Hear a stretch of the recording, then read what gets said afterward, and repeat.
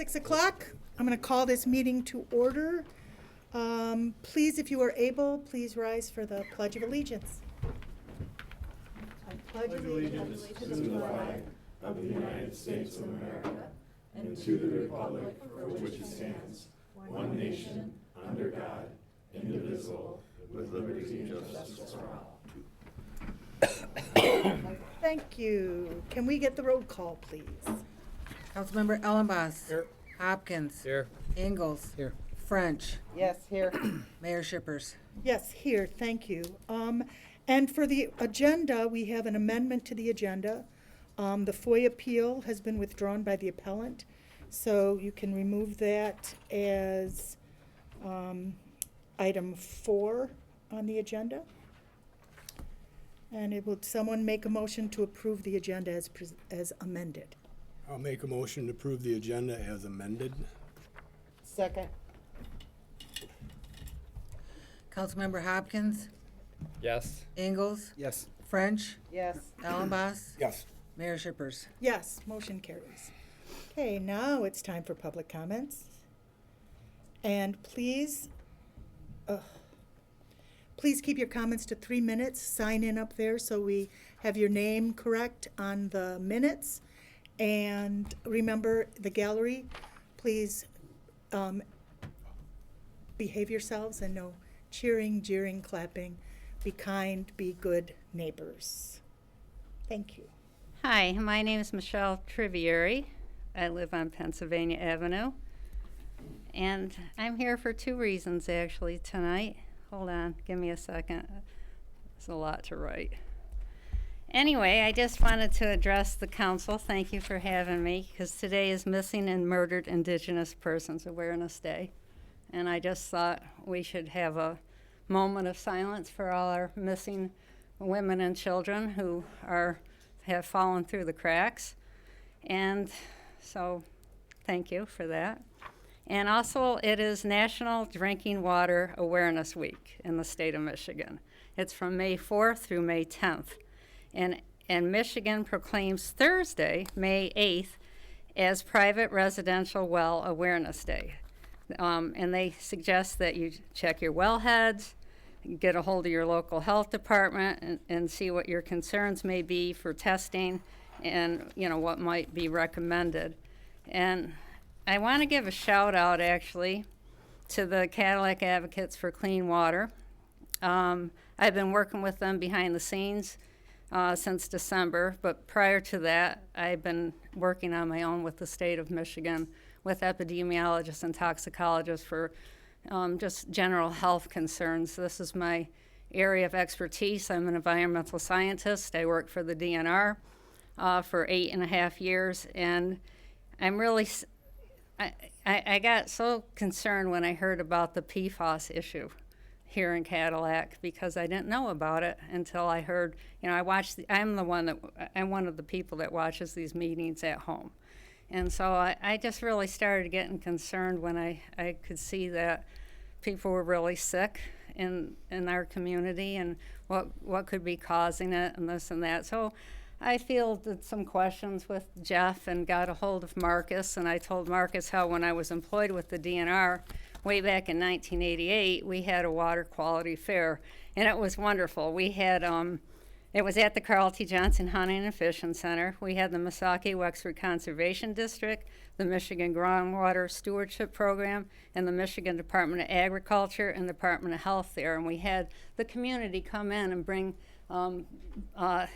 samples so we could test their water. Of course, PFAS was not even on the radar in 1998, but it was azotrine and E. coli and nitrates, and it was a great service. And so what I've come to understand, and I've tried to tell people in the community, a lot of people didn't know they were responsible to test their own wells.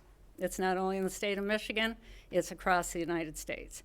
So I was hoping, and I know we're doing this thing in June, Marcus talked about it at the last meeting, so I was hoping to see a lot of community involvement and education, because it boils down to there's a lot of lack of education on this issue. So I got to commend the Clean Water Group, because, I mean, the scope of the testing and the people working together and mapping out where all this PFAS contamination is. It's really been something. So I just want to give a shout out to them.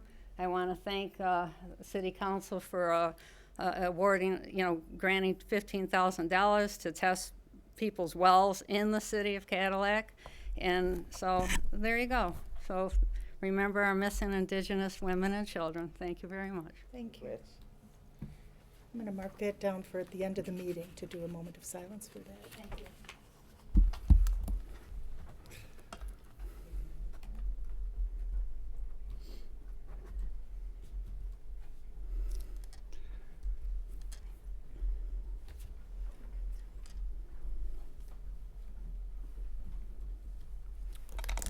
Bill Barnett from Stimson.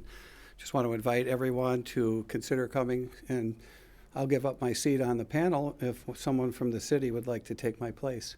Wednesday, May 14th, 7 o'clock. I'd have to clear that with Up North Live, but it would be great to have a city person on the panel, and I would forfeit my seat as I forfeited it last time, as well as the TV station forfeited their involvement to make sure that we had everybody there. But that's Wednesday, 7 p.m. at the high school auditorium. Up North Live is doing it, an independent neutral group, their media, NBC, ABC. So I would ask that somebody from the city please take my place. I would volunteer to step off of the panel. They have me on the panel, at least last I heard, and I would be happy to give up my seat to have the city there. The airport has come back, as you know, with 130 parts per trillion, just one chemical. There's a bad situation. That is the city's responsibility. There's a lot of money available. Airport funding is available for the airport to do a nice investigation, groundwater flow. I would just ask you to please tap into that. It's available.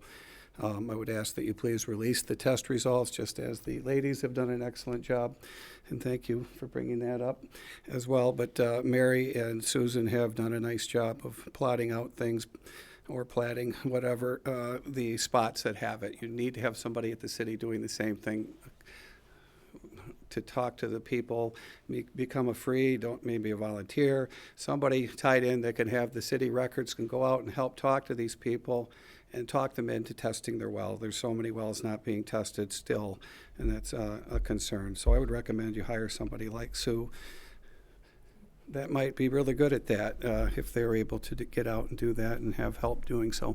The LDFA, if you haven't been keeping track, is doing a very good job, much better. You guys put Brian Warner on that board, and that's very commendable. I agree with everything that was said in a positive fashion here for the city. The TV issues coming up, I hope you do vote for that. It's 0.0008 of your budget per year. You guys have, I think, a $9-10 million budget. I'm not great at math, but it's about 0.008 of that, which is low. And I think it's worth it. People do like to watch that. It would be nice to get it back on the regular channels, 2, 3, and whatever else is at the bottom. But they are televised, and they're important for a segment of our society that I feel deserves that. Thanks for settling my appeal this afternoon, and I appreciate the efforts to do that and to be transparent, and would just ask that that continue, and that those evaluations that did come in late, please share them with your new council members. Thank you.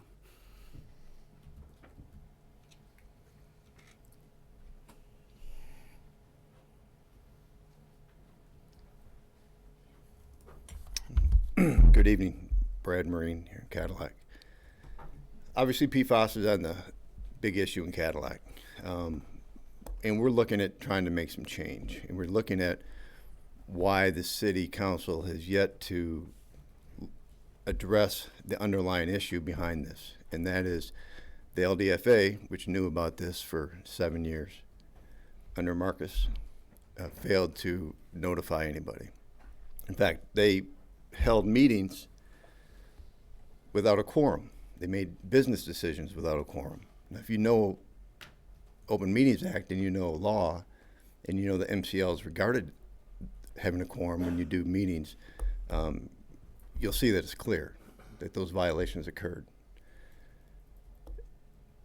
I can't go out to dinner without people coming up and saying, why isn't the city council doing more? And I said, well, they came up with 15,000. And they're like, yeah, but what else? The mayor talked about a task force. Where's this task force the mayor's talked about? I said, that's a good question. Then why isn't the city manager held accountable? I said, that's a good question.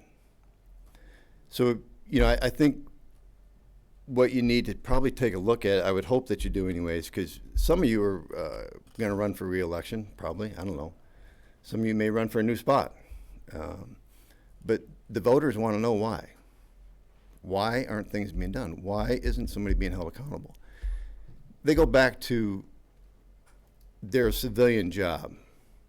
And if they had acted in that way, if they had committed crimes, misdemeanors for multiple years, and was not held accountable, and in fact was even praised, I mean, I still am flabbergasted, Mr. Ingles, your continued praise of Marcus in your evaluations, despite these deficiencies.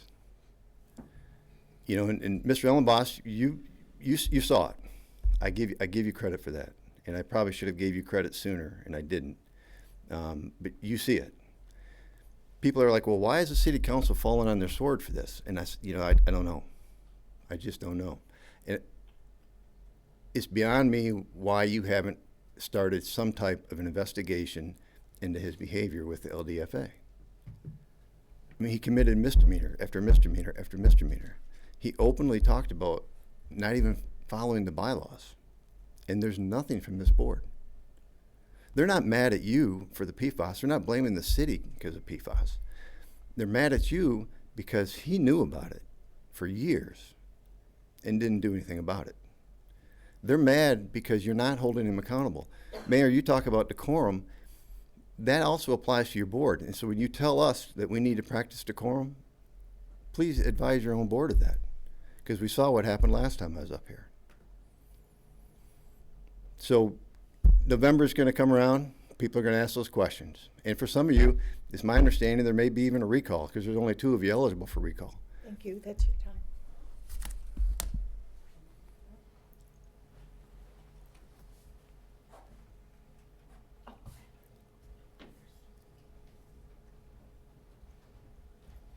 Good evening, Art Stevens. Here, I know about a month ago I did do the appeal. And again, thank you for how you handled that. That appeal was a way that was handled. Thank you. Couple things. I mentioned I knew I was going to get denied. I did in the meantime. The state and the EPA, a lot easier to get data from, so I was able to obtain some more information from that. One interesting note from that is one of my concerns was all those years that I was on council, we were never told about any of this. In all those communications, my FOIA verified that. I find it interesting, though, last May, when within less than a half an hour from information coming out that Bill has put PFAS back on the radar of the EPA. Not sure who that Bill is, but immediately that was going out to staff and authority members and such.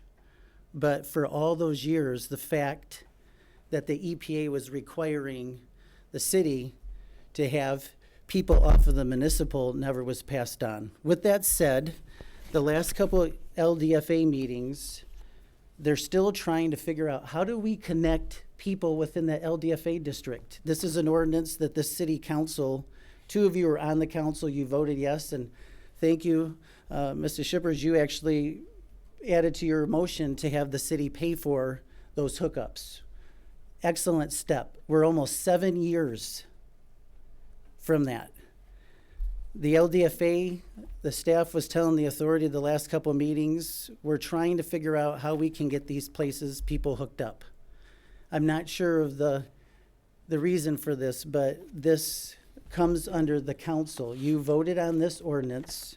The ordinance required within 60 days, there's a section in there that notification would be shall be contact. Through the notification, shall contact all owners. It was a requirement within 60 days. I've been told that some people had their hands tied. I don't know if this was more of a scene and that was just to show the EPA that we did their requirement, but they're still sitting trying to solve this. The council has the authority to make this happen so that this got done within 60 days. There would have been people maybe not having that water situation in early 2019 if this was followed. And so this is a step that immediately should happen. I know some of you probably don't have that ordinance. I'm gonna pass that out. And I know some, it's been trying to talk about this since October, but this is something that could be done now. There shouldn't have to be brain solutions as to how. Thank you. Thank you, Mr. Stevens.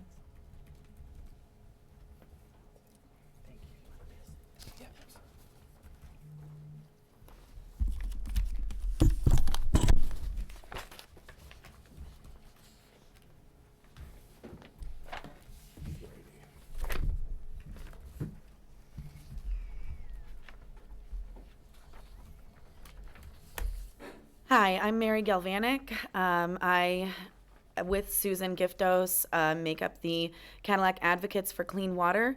At this time, we spend every waking minute of our lives helping people test and filter their water and understand their blood levels and their health concerns and their filtration.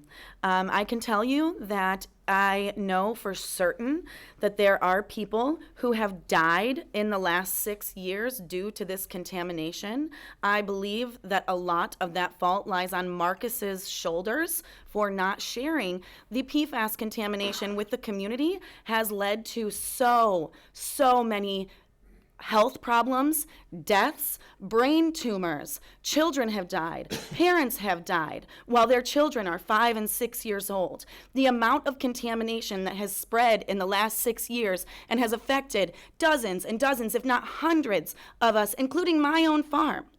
So we are going to find a way to get rid of you, Marcus. You need to leave now on your own, or your reputation will be so tarnished that you won't get another job. We will not stop. I do believe I said, like a dog on a bone, I am never letting go. And I can tell you every member of my group feels the exact same way. So do yourself a favor and do the rest of the community a favor and get up and go, because you are not wanted here. You are not helping us, and you are the one who has hurt us a lot. I will continue taking care of the people that you have created illness inside of, and the homes and the families and the filtration and all of the things that you should have done all along. But you can do me a favor and leave.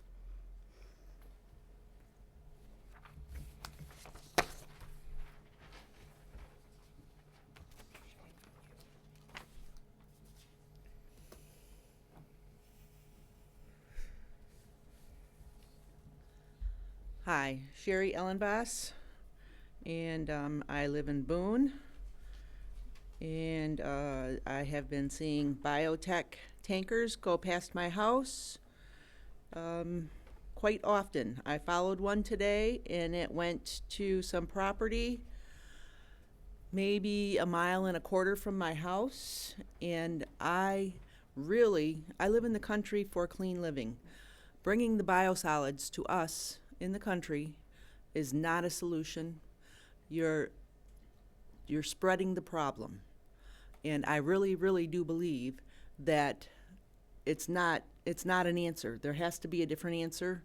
I'm not a scientist, but I have been reading up on it, and they're coming up with solutions. So if you could please look into those solutions, I would appreciate it. I totally disapprove of the biosolids being spread on farmland. Even organic farmers think they're doing the right thing by using it because they don't know. There are several farmers that I know have quit using biosolids because of the contaminants in it. I really think there can be a better solution for this other than spreading it out into the country. Thank you. Thank you.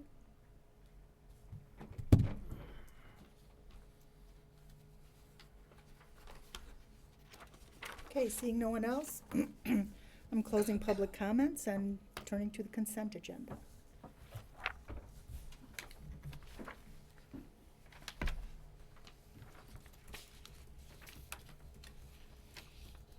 Anyone? Make a motion to approve the consent agenda as presented. I'll support. Councilmember Ingalls, Yes. French, Yes. Ellenboss? Yes. Hopkins? Yes. Mayor Shippers? Yes, motion carries. Okay, some communications. Yes, it's being recommended to approve the parade route for the Memorial Day Parade on May 26, 2025.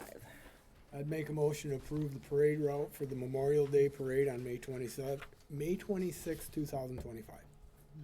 Support? Councilmember French, Yes. Ellenboss? Yes. Hopkins? Yes. Ingalls? Yes. Mayor Shippers? Yes, motion carries.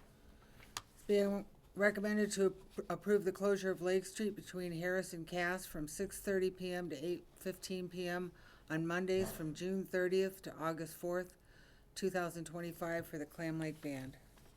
I'd make a motion to approve the closure of Lake Street between Harris Street and Cass Street from 6:30 PM to 8:15 PM on Mondays from June 30th, 2025 to August 4th, 2025 for the Clam Lake Band.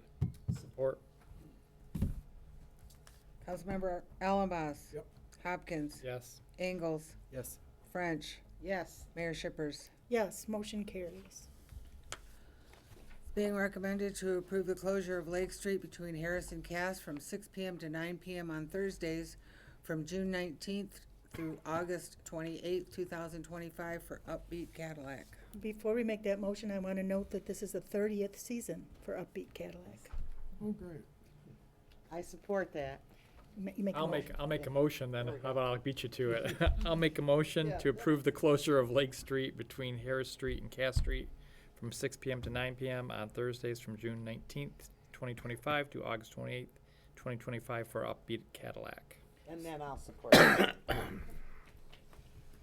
Councilmember Hopkins? Yes. Ingalls? Yes. French? Yes. Ellenboss? Yes. Mayor Shippers? Yes, motion carries. Appointments. It's being recommended to approve the appointment of Margaret Host to the Cadillac West Corridor Improvement Authority for a 4-year term to expire on May 5th, 2029. I'd make a motion to approve the appointment of Margaret Host to the Cadillac West Corridor Improvement Authority for a 4-year term to expire on May 5th, 2029.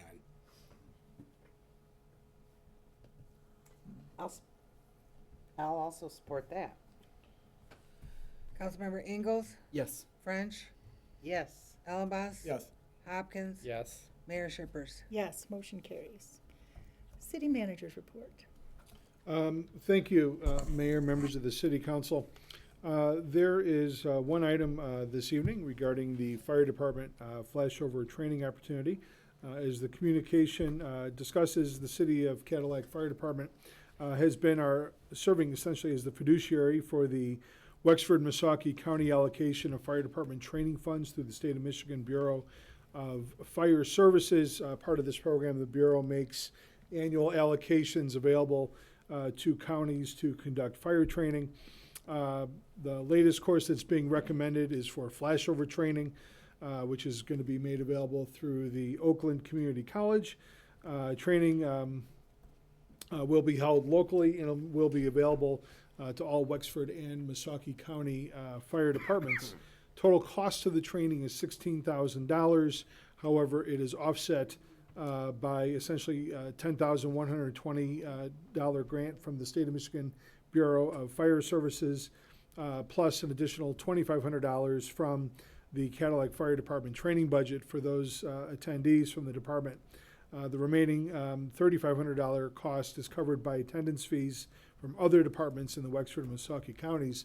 And so, therefore, the recommendation this evening is for City Council to waive competitive bidding and authorize the flashover training through Oakland Community College in the amount of $16,000. Funds are available through the State of Michigan, the Fire Department training budget, and the general fund, which again is $2,500, and attendance fees from the other agencies. What is a flashover Good question. training? Adam? Trying to figure that out. So flashover training, they bring in cargo containers and they simulate fires inside those cargo containers. And as the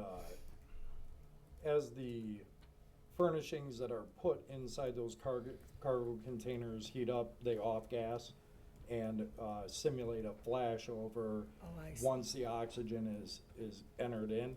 So it actually gives the fire department personnel real life fire simulation to be able to put that out. And nobody's gonna be using any foam, right? That's correct. No foam is going to be used. Thank you. Okay.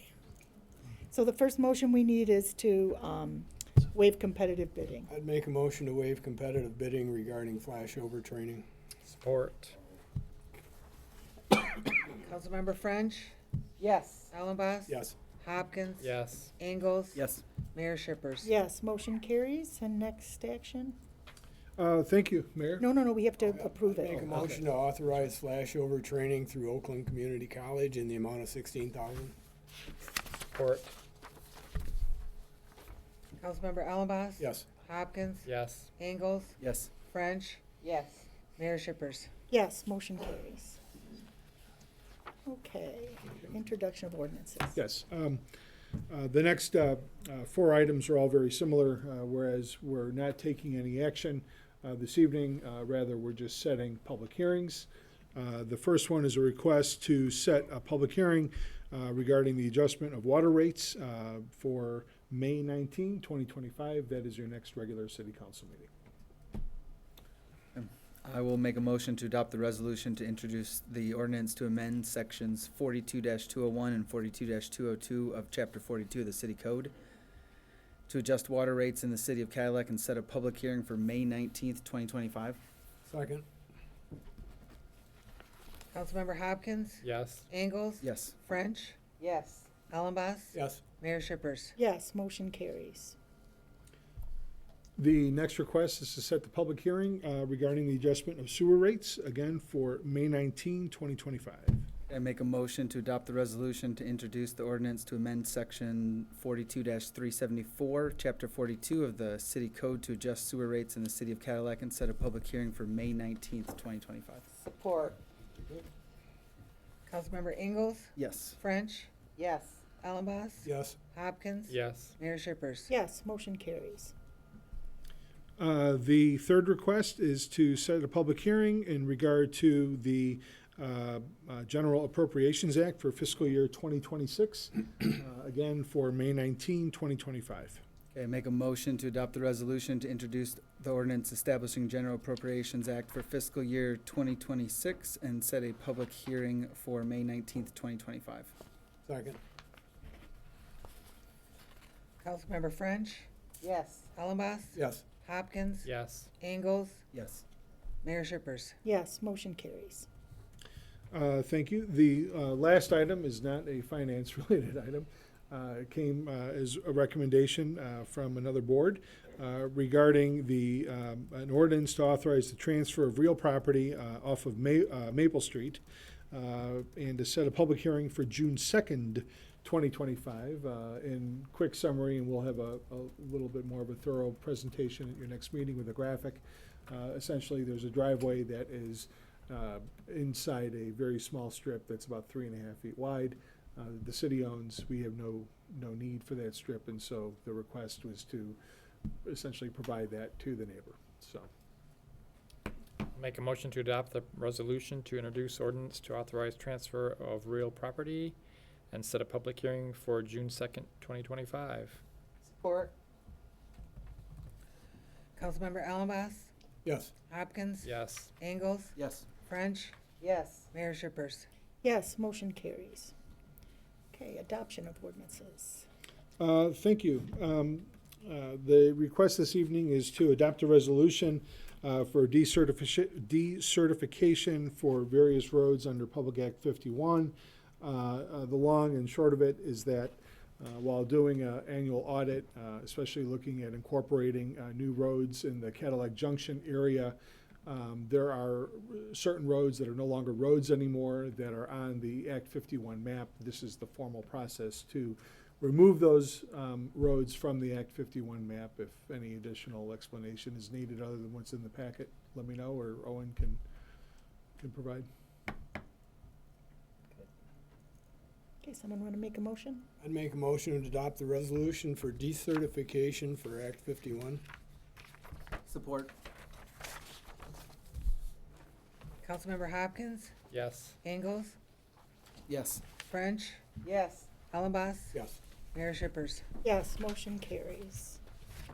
Okay, that takes us to our public comments again. Same rules are in effect.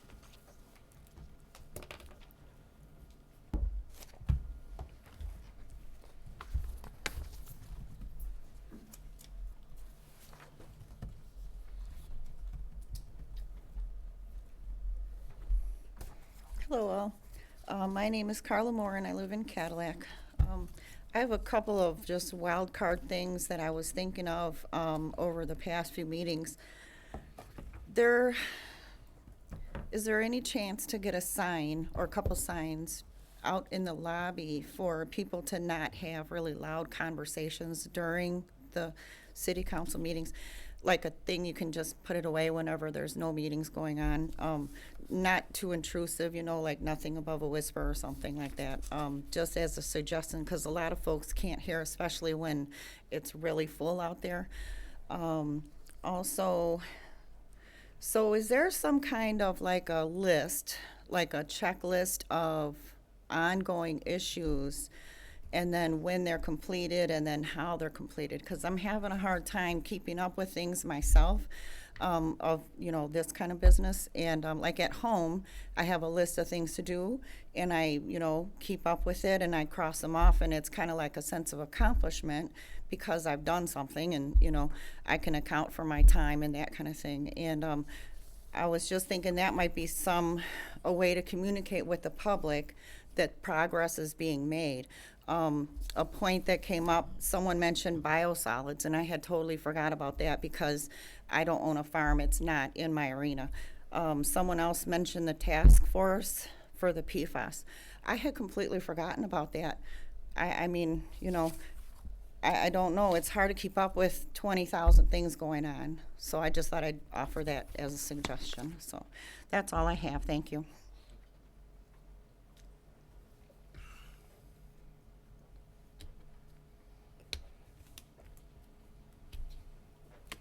Hi, Brad Marine, Cadillac again. I think in some ways I'd talk to the people who are watching, because come November, these are going to be the questions that are going to be asked. And so that's why I want to go on the record tonight and ask the council, why have you not done any type of investigation into how the LDFA was run, despite all the clear evidence? So, and people are watching, that's a good question to ask. Email. Why is there not an investigation as to why the city manager sat on that information and didn't share it with the council for years? Why isn't there an investigation into decisions made without a quorum? Those are misdemeanors. Those are crimes. You've been told about this multiple times.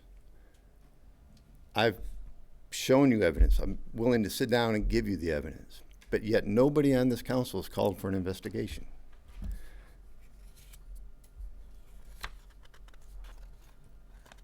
How long would you last in your civilian job outside of this if you kept committing a crime?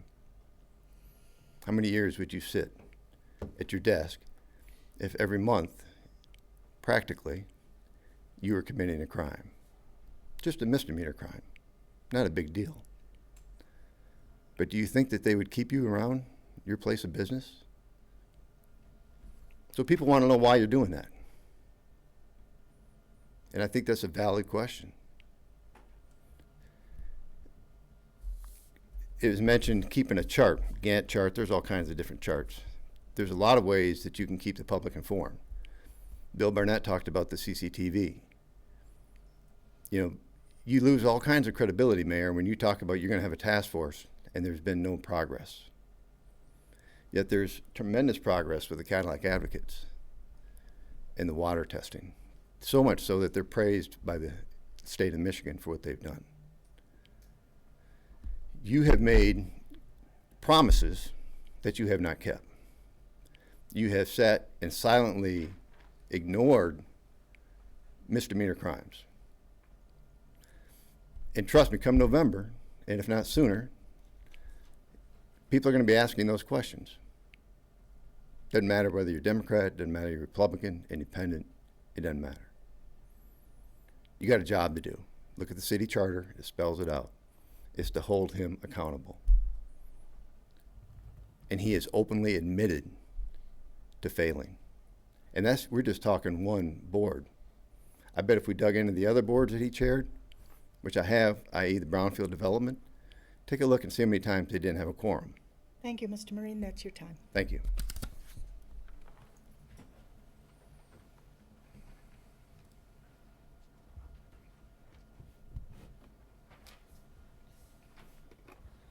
Mary Galvanic again. As far as biosolids are concerned, they are not healthy for soil.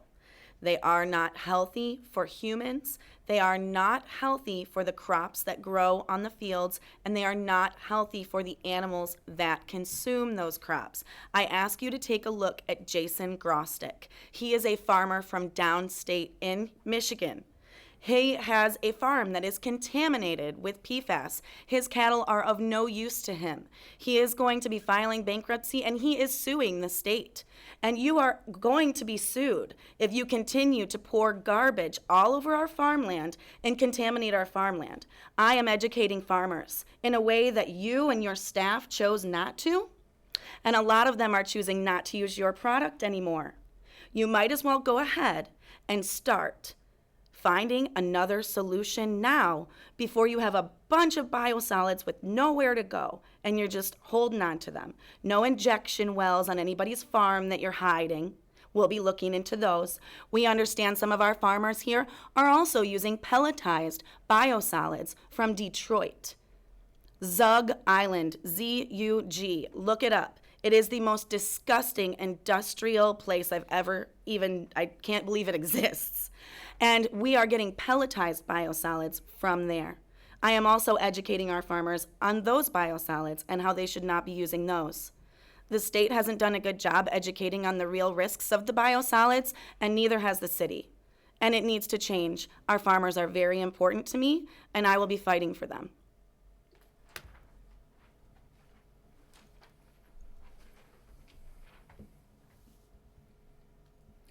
Seeing no one else, I'm going to close public comments. And can we take just a moment of silence right now to honor missing and murdered Indigenous people? So thank you.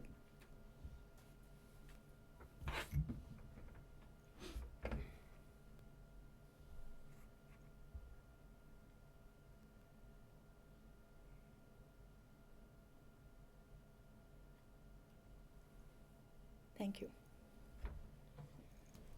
Good of the order? Thanks, Mary, for bringing that up. The Indigenous, my wife is Native, and Michelle. Yeah. Why did I say Mary? Because she's sitting next to her. Yeah. Big presence. Thanks, Michelle. Yeah, so I should have known that today, but I didn't. So I appreciate the heads up. Thank you. Okay, thank you. Anybody else? Go ahead, Marcus. Yeah, I've got a few points that I would like to clarify. Give me a minute.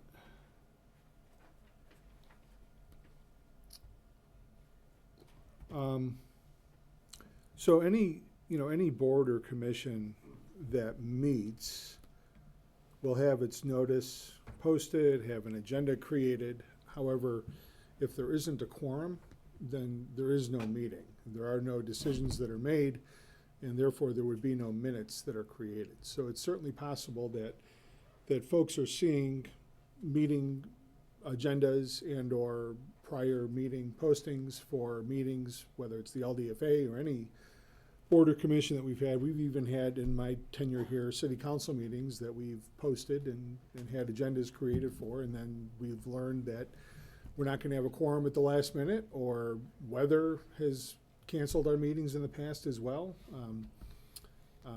The threats that came in a few months ago resulted also in cancellation. So, there are then no minutes that are created for that. There's no follow-up noting, yep, this was gonna happen, but it didn't happen. So, I can tell you that I'm not aware of any meetings, public meetings, official meetings that I've been a part of where we have violated the Open Meetings Act, made decisions or had meetings without a quorum. Just would not have happened. Regarding just some of the facts that I have, I want to read a little bit from our website under PFAS and the city's water facilities, wastewater facilities, and the Local Development Finance Authority. City of Cadillac has tested non-detect in all of its drinking water wells for all PFAS since the first test in 2018. Water wells are tested annually. What's interesting is that even in the heart of the industrial area, the original, now completely decommissioned municipal wellfield site that's surrounded by industry also had a non-detection of PFAS in it. Wastewater is tested 3 times annually, and the last 3 samples show PFAS levels lower than the state water standards. That would be drinking water standards. Discharge from the wastewater treatment plant is not considered drinking water, just as an FYI. However, the amount that's being discharged happened to be lower than that. And that can change. I mean, that's just what it was the last time it was tested. Our biosolids that we have are classified as exceptional quality, or EQ, Class A biosolids. To retain this designation, biosolids are tested 4 times annually and must be below 20 UG/kg. PFOS is non-detect and PFAS is non-detect. The discharge from the Local Development Finance Authority groundwater treatment process is below the proposed EPA drinking water standard, which is below the standard otherwise allowed, since the discharge from the LDFA is not considered drinking water as well. Regarding the letters that continue to come up and the ordinance that continues to come up, that was regarding correspondence, as I understand, that was supposed to have gone to 3 parties. We have been in touch with all 3 of those parties. Mr. Dietland, our utilities director, can provide an update in regards to the status of those 3 parties once I shut up. But the clarification is that the direction from the EPA and all of that had nothing to do with PFAS. It was regarding volatile organic compounds, or VOCs, and hexavalent chromium. And given what we know through testing from those wells in the LDFA area regarding the amount of VOCs and hexavalent chromium that's there, those parties would have been allowed to stay on their own private wells. We don't live in that world anymore. We are all very well aware that PFAS is an issue out there, which is why through the support of the LDFA, we have made significant efforts and attempts to get them off of their own system. And Jeff, why don't you give the quick summary as to where we are with those 3 properties? One property is hooked up to city water. One property is being demolished. And so when the new building goes there, they're going to hook up to city water. We've already spoken to the new owners that will help them abandon the well, cap the well, all that stuff. And then the other one is the gentleman that we just need to talk to. He wants to stay on as well, and we're using kid gloves. And if the council directs me to go and be really mean to him, I'll do that too. It's just I'm trying to be nice and let him, lead him to the water and let him drink rather than forcing him to do something. And he's a nice man, and he just wants to stay on his own well, and we're leading him gently on. But if the council directs me to say we're done leading and this is what's going to happen, But he's I'll do well that. aware. Yeah, he's well aware, but it's. And he's refusing at this point. What? He's refusing at this point? He's just slow walking it. I believe he'll come around eventually, but he's just slow walking it, and we're working with him. But again, whether we do it or not today or do it a month from now, I'd like him to be comfortable with how we proceed. But the council, it's at the council's direction, and I'll do whatever the council says, you know, so, I do have, I have one more question. I know I've seen you talk about it in the paper and in the LDFA, but, so those, you know, the 2018 ordinance, those houses were supposed to get a written notice and then, be forced to hook up. And I think one of the FOIA requests was trying to find out whether or not we sent out written notices. What was the, like, what's the final conclusion as to what went wrong there after 2018 when we didn't, you know, bring the hammer down on those 3 houses, or even a soft, you know, a soft approach at that point? I Did think the written notices go out?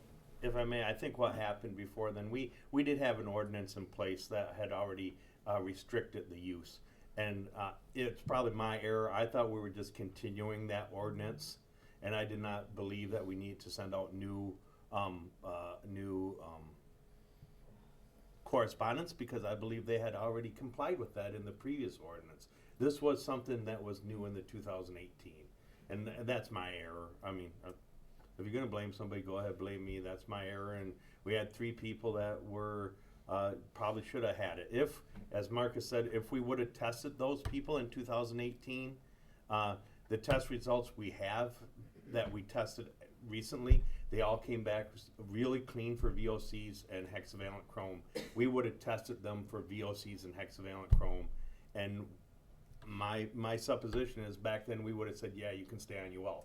We would not have tested them for PFAS, because that's not under the purview of the LDFA at the time, and even today it's not under their purview. We're aware of it, we're working with the EPA, probably going to be in our next permit, but currently there's no federal or state mandate that we really do anything about that through our permitting process.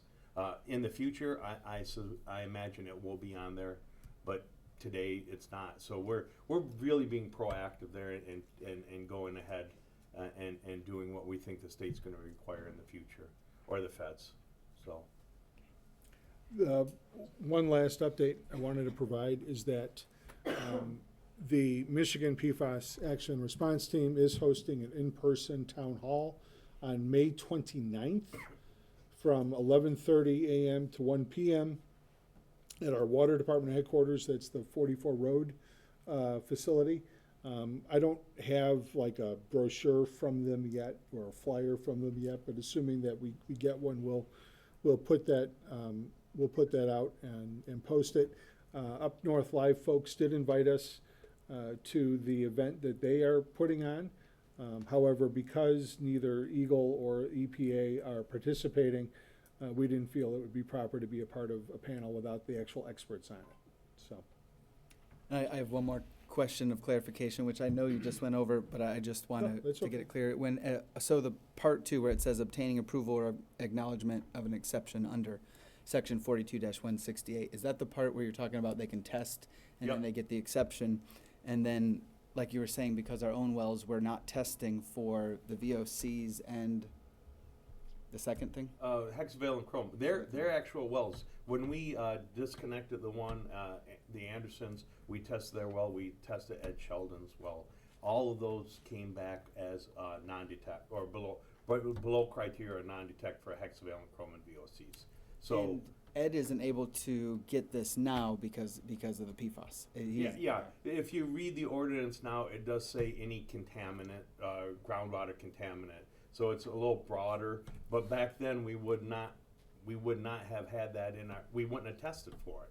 So now that we know it's there, it's kind of, if you read that ordinance, I believe it would encompass it now.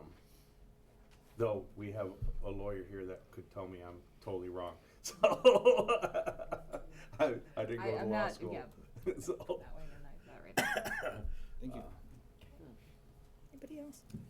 I mean, what did you think about, what Jeff said about, Ed and his house there? I mean, the LDFA has said, what has the LDFA kind of suggested?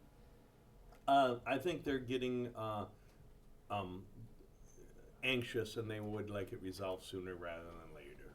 They have not directed me. Obviously, they can't direct a city person one way or the other. But as the LDFA director, I do believe they're getting anxious and they want it done.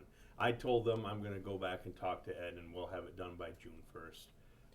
One way or the other, I'll lead him to water. I think it's just gonna take a little time and patience. But again, I can go the other route and just do it. Well, I think if we say by June 1st, that if you can persuade him by June 1st, please do. If not, I think we probably should move ahead and. I mean, Laura would have to confirm it'd be a lawsuit, right? To compel connection within 200 feet. I mean, I think there would be steps before that. Yeah. Okay. Yeah. I do believe I can get him. He was reluctant but amenable to it. It's going to take time. Tell him we're leaning that way, and the lawyer says there are steps that could be taken before a lawsuit. Oh, that's the hammer. And let me also say, the problem that I have is not with this guy choosing to drink the poisoned water. It's, that at some point the house is gonna be sold and it has to be dealt with before that, so, I agree.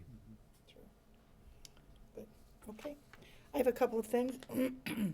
First of all, on Friday at noon, the VA out on 1905 North Mitchell is doing a dedication ceremony, and the public, of course, is welcome to that. On Wednesday, I'm going to do coffee at After 26 at 10:30. Feel free to join me for coffee. And on Saturday, May 10th, is the park cleanup. It's from 9 to 11. Wear work gloves, bring your rake, bring any other tools to come help clean up the gardens, and the community comes out and helps get the lakefront and the parks ready for, it saves us lots of hours with our seasonal crew to clean things up and take care of things before the season starts. So that is all. And with that, Oh, wait a minute. oh, you have it. Oh, I said anybody else. Mary, when is the market open this week? Is it, I opened last Friday. is it open this coming week then? Every Friday in May. Okay. And then Tuesdays and Fridays, June through October. Friday in May, I stopped down, you had a good turnout, it looked great, it was fun. Yeah, and I do say huge thank you to Owen and the crew. Owen came into work at like 6 o'clock in the morning to make sure that the crew had all the fencing moved and everything perfectly done up. And man, if we could make him the city manager, what a world we would be in. Oh, gee. Now we can end the meeting. Meeting's adjourned. Have a great night, guys. Thanks, Mary.